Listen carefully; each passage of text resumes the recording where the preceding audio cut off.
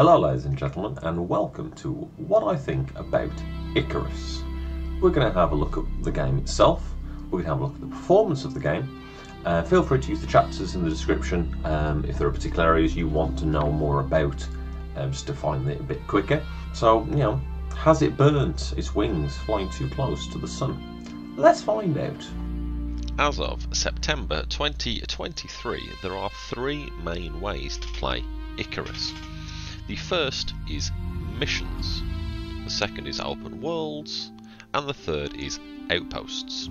Let's start with missions. So the game comes with one area of the planet called Olympus, which you can play in as part of the base game. If you wish for more areas to play in the game, you'll need to buy DLC. There are two current DLCs available that expand the map. They are the Styx and Prometheus DLCs. The Styx map and missions pack costs £7.49, and the New Frontiers, which unlocks Prometheus, is £24.99. With the missions, you can do these as solo or co-op. This is up to 8 players that can play in co-op, and each map has a series of missions that you can complete in order to get Ren, which is the game's kind of main currency, and Exotics, which is what you use to buy quite a lot of the stuff in the workshop, which we'll talk about later. Each mission is unique and set on a certain area of the world, and you have to go and do bespoke tasks. So some of them are just go and explore an area, some of them will be hunt certain amounts of animals, some of them will be go and kill an alpha animal, some of them will be just build a base. One of the early missions involves you beaming down onto the planet, which you can see here, and then running around an assault course with a variety of different in-game weapons, which is quite fun, especially when the animals started attacking me. So not only are there the targets you're supposed to be hitting, but when a bear attacks you in the middle, it's quite a lot of fun and madness. And as said, you can play up to 8 players with these missions. The open world is a persistent area that you pick from the available maps. The resources do not respawn on the open worlds as it is right now. So if you mine all the oxide rocks, that's it, they're all gone. If you get all the iron ore, that's it, they're all gone. Animals will respawn because they are not beholden to being a natural resource. Animals can just, reproduce. An iron ore rock cannot. Although that could be a DLC later on. So the open world is currently a little bit restrictive in what you can do. There are missions that you can do as part of this that make the world a bit more engaging. However, at the moment you do not get Ren or Exotics for completing the missions. You do get experience, and that carries across all game modes. So that is important, but you can't get Ren, you can't get Exotics, which you use to buy stuff from the workshop. The outposts are where I've played quite a lot of the game. The game comes with one, which is the Arkwood outpost, and the rest are all DLC that you have to purchase. There are currently 5 available for purchase, and they are between £3.39 and £4.29. And they all offer a different area of the game to play in. So some of them are Arctic, some of them are the deserts, and some of them are forests. None of them are currently Prometheus based. This has a much more difficult area and is a bit wild. The outposts, very chill experience with minor animal attacks. There is no timer on an outpost mission, you are just there to build and enjoy being in that place. I have spent a lot of time in these outposts because I really like the vibe of it, just being able to build and do whatever I want without those restrictions of you've got X amount of time before everything blows up. And with this, every time you log out and back in, everything respawns. So that is a very useful thing. If you mine all the oxide rocks in your small little area, they will respawn when you log back in. So as stated, all of the missions give you experience, but only the missions themselves give you Ren and Exotics. These are used to buy things from the workshop, so when you start a mission you can beam down with something. They're all generally pretty good, but they cost you a lot to purchase, and then you have to pay to make the thing. So some missions will give you less money than what you'd spend on getting the items. So you have to kind of balance that out with what you're doing to what you're purchasing and taking down. Every time you start a new area, new mission, you will start with nothing. This was one of the areas that has been criticised massively. I personally have not found this to be an issue at any point, because the best part of survival games is when you start off and you have nothing. This, every time you start with nothing unless you buy something from the workshop. So that best kind of part of the game, for most survival games, you are getting to experience again and again and again. On the shorter missions, this is a bit of a pain, because as soon as you feel like you've built up, you're already on to the next mission. But the missions where you'll be doing it for 10, 15, 20 hours, that feels like you've managed to invest a lot and you are going back to your main base of operations, and it makes it feel a lot more valuable. So how pretty is the game? Oh my god, it's gorgeous. Like, seriously, watch this little clip. So that is just a sunrise on my outpost, and all I did was I stood there and watched it happen, and I was very happy to do that. With the ray tracing on and with the settings up quite high, it is a seriously pretty game. If you can crank the settings, it is a very, very, very pretty place to be. All the areas look really nice. There's been a lot of attention paid to a lot of detail. Textures are crisp. The fur on the animals looks really, really nice, and you'll see a lot of fur on the animals. And the voxel rocks are probably the least good looking part, because when you mine them, you end up with an awful lot of just bits of broken weirdness. The shadows go a bit strange, but it's still really cool. It's a better way than Ark doing it, where you'll just hit a rock and it'll explode into a million pieces and fly all around the map. That doesn't happen here. It is a case of you mine the bits in little parts and it breaks more naturally. So while the voxels are more natural in terms of they are better looking than something like Ark, they are still a little bit janky compared to everything else. A little bit of fine tuning there would not go amiss. So what about the core loop of the game? What is it that you're actually going to be getting up to? Well, like most survival games, there is food, water and oxygen. Wait, oxygen? Yes, this planet has gone wrong. It's a terraforming situation that has gone kaboom, kablooey, and it's all sad out there. So there is no breathable oxygen, which means you need to find oxygen on the planet. That is nice and easy. You will find oxide rocks. These rocks either come in full stone situation or just little rocks on the ground. You will use them to breathe. Yes, you will consume rocks. Food is based very much like in Valheim. You get buffs from what you are eating. The higher quality the food, the better the buff and the longer it will last for.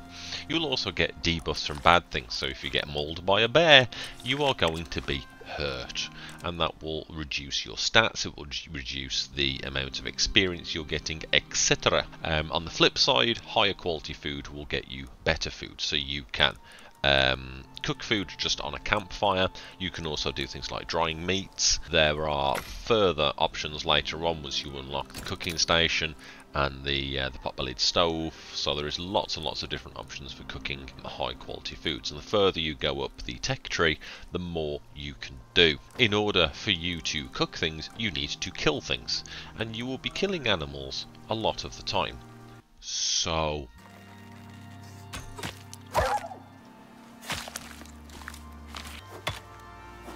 many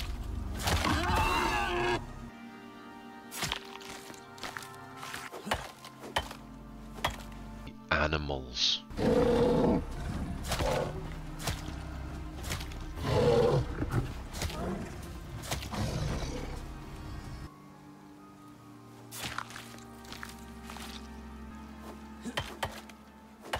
You can also fish, should you choose. I have not encountered fishing a whole lot other than shooting fish with a bow and arrow, because I'm not a big fan of fishing in any game, so I've ignored that. And water is simple as go up to a water source and drink it. Nice. There are puddles and things all around the map, You can also get ice from the Arctic zone and melt it. So there's lots of different ways of getting water. There are water skins and things like that, very similar to Ark and like Ark. And every survival game, a water skin will lose water as you're going, because that's gameplay, isn't it? So lots of cool stuff going on there. Oxygen, as said, you will get from oxide rocks, and you will either consume them directly, or you can put them into an oxidizer, which you can see here is brilliant. So when the balloon expands, you can then huff up the oxygen. One exciting thing are storms. As the game goes on, storms will ravage the planet. As said, it's an ecological cluster. Because of that, there are storms that hit the planet. Different areas have different storms. So if you're in the desert, you will have sandstorms. If you're in the Arctic, you will have snowstorms. If you're in the forest, you can have storms like a bit of wind, you can have showers, or you can have full-on storms. Oh god, everything's on fire. Prometheus promises to have more extreme weather conditions. However, I am yet to experience Prometheus because frankly I am not at that point where I can survive it. As you level up, you will gain tech points and talent points. The tech tree is split into different gear tiers. So you've got 1 through to 4. And as you go through every 10 levels, you will unlock a new tier of technology. Tier 1 is things like thatch and wood, tier 2 is stone, tier 3 is concrete, etc. And each level gives you a higher level of building material for your base. You'll also unlock new things to build in terms of crafting stations and different things that you can make on these crafting stations. So you will end up with a wide variety of things that you can do, and again, if you're playing in a co-op server, you might specialize into farming, so you'll take all the farm equipment, all the farming plots, all that kind of good stuff, whereas your friend might be more into cooking and fishing and hunting all of the animals. And if they choose to do that, they might have the butcher's table, the cooking station and things like that. Now you can respec, so if you decide that actually you want to go into a different area of the tech tree, you can. Talents are very, very similar. They will unlock things depending on the talent itself, and as you can see, they are split into several different areas. They go from top to bottom, unlike a lot of games where it's either from bottom to top or from left to right. Doesn't really make a difference. As you take more talents, you get higher proficiency in these talents. The higher the proficiency, the more talents you can take in that pool. There are many tabs, and each tab has many different talents that you can take. One very exciting area is the solo talents, which are separate to the main talents, and you don't have to spend a talent point in order to get the solo talents. It's a separate deal. And the solo talents are for if you're playing on your own. I like to play a lot on my own. I don't like people. So with that, I can have more health, I can have more stamina, I can have more damage, which means that I become a one-man army. I basically become Schwarzenegger. And due to this, I don't feel like I am as at a disadvantage playing solo than in a group. Now, 2 people are obviously still going to do much better, and if you've got a small group of people, you will definitely do much better than someone playing solo completely on their own. But the solo talent skills, the solo talent pool does mean that people who are playing on their own do actually have a chance at completing the game and playing the game on their own, which for me is wonderful. So what about the performance of the game? Something this good surely runs like a dog. Well, it doesn't really, it's pretty well optimised. We've tested this on 3 separate systems. A laptop with an RTX 2060, a desktop PC with an RTX 2080 Ti, and a desktop with a RTX 4080. Before we go into the actual numbers of the performance, let's talk about the stability of the game. In the time that I've played it, I've had precisely 0 crashes, which is great. However, we have had one kind of issue with latency. It's only been once, so it could be our internet rather than the game itself. But we did have a point where we got attacked by a bear and we were moving the bear was not, and then it suddenly appeared and I was nearly dead. So that's not great. But as said, that is very likely to be our internet rather than the game itself. A lot of people have complained about the network capability of the game. I've not really encountered any of this as yet. So the actual game performance. On the 2060, we had to turn the settings down quite a lot. So we're on mediums, high settings, no ray tracing, which is a big deal. The ray tracing really makes the game look very, very good, especially if you're running in between kind of the trees. Instead of it just being a much more flat light, it is much more realistic. It feels really, really good.